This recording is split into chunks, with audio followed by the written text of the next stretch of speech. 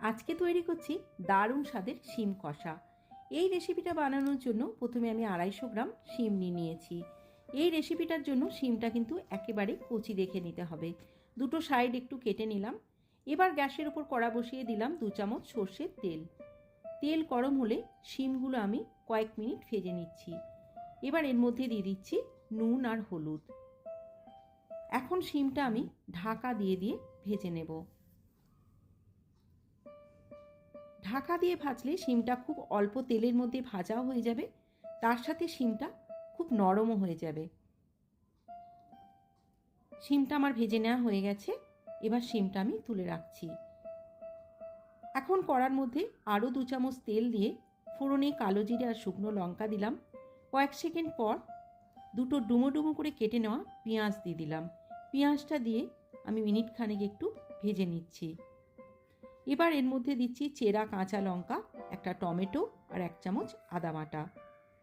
আবারও সব কিছু একটু কষিয়ে নিচ্ছি।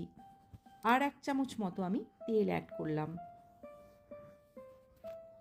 এখন এর মধ্যে দিয়ে দেবো একটু হলুদের গুঁড়ো আর একদম ছোট চামচে করে একটু জিরে গুঁড়ো আর একটু ধনে গুঁড়ো আর 1 চামচ দিলাম রেড চিলি পাউডার। সমস্ত কিছু আমি ভালো করে কষিয়ে নেব। এর মধ্যেও আমি কিছুটা নুন দিচ্ছি। এবার অল্প করে জল দিয়ে সব কিছু ভালো করে কষিয়ে নিতে হবে। দিয়ে দিচ্ছি সামান্য একটু চিনি। এখন এর মধ্যে আগে থেকে ভেজে নেওয়া শিমটা অ্যাড করে দিচ্ছি। খুব আলতো হাতে একটু মিশিয়ে দিচ্ছি। এবার আমি গ্যাসের ফ্লেম একেবারে লো করে 5 মিনিটের জন্য ঢেকে দেব। ফিরে এলাম 5 মিনিট পর। আবার একবার শিমটা নিচ থেকে আলতোভাবে নেড়েচেড়ে দিচ্ছি। আমি আলাদা করে কোনো জল অ্যাড করব না। আবার ঢেকে দিলাম এটা। ফিরে এলাম 3-4 মিনিট পর। একদম রেডি হয়ে গেছে আমাদের শিম কষা। এখন ওপর থেকে কিছুটা ধনেপাতা ছড়িয়ে দিলাম।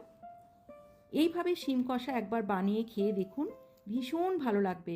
শুধু গরম গরম ভাতের সাথেই নয়, রুটি পরোটার সাথেও কিন্তু এই রেসিপিটা দারুণ লাগে। সবাই ভালো থাকবেন, সুস্থ থাকবেন। আবার দেখা হচ্ছে নেক্সট ভিডিওতে।